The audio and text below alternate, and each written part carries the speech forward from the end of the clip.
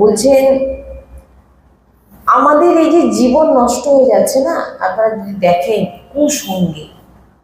কুসঙ্গ থেকে বাঁচতে হবে। কারোর সঙ্গে মেশার দরকার নেই।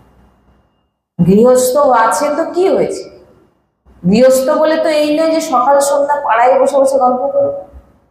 গৃহস্থ বলে তো এইটা নয়। হ্যাঁ, আমাদের কাজে বিভিন্ন লোকের সঙ্গে কথা বলতে হবে, হ্যাঁ বলবো। কুসঙ্গ করবো না, আলোচনা শুনবো না। তো বলছেন কুসঙ্গে জীবন বরবাদ হয়ে যায়। আপনার কিচ্ছু করতে হবে না, আপনি একটা এমন সঙ্গে বসে গেলেন, আপনার কানে এমন জিনিস ঢুকে যাবে, আপনাকে বরবাদ করে দেবে, পুরো শেষ করে দেবে।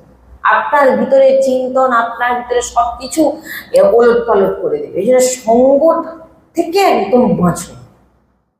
আর দেখুন সৎসঙ্গ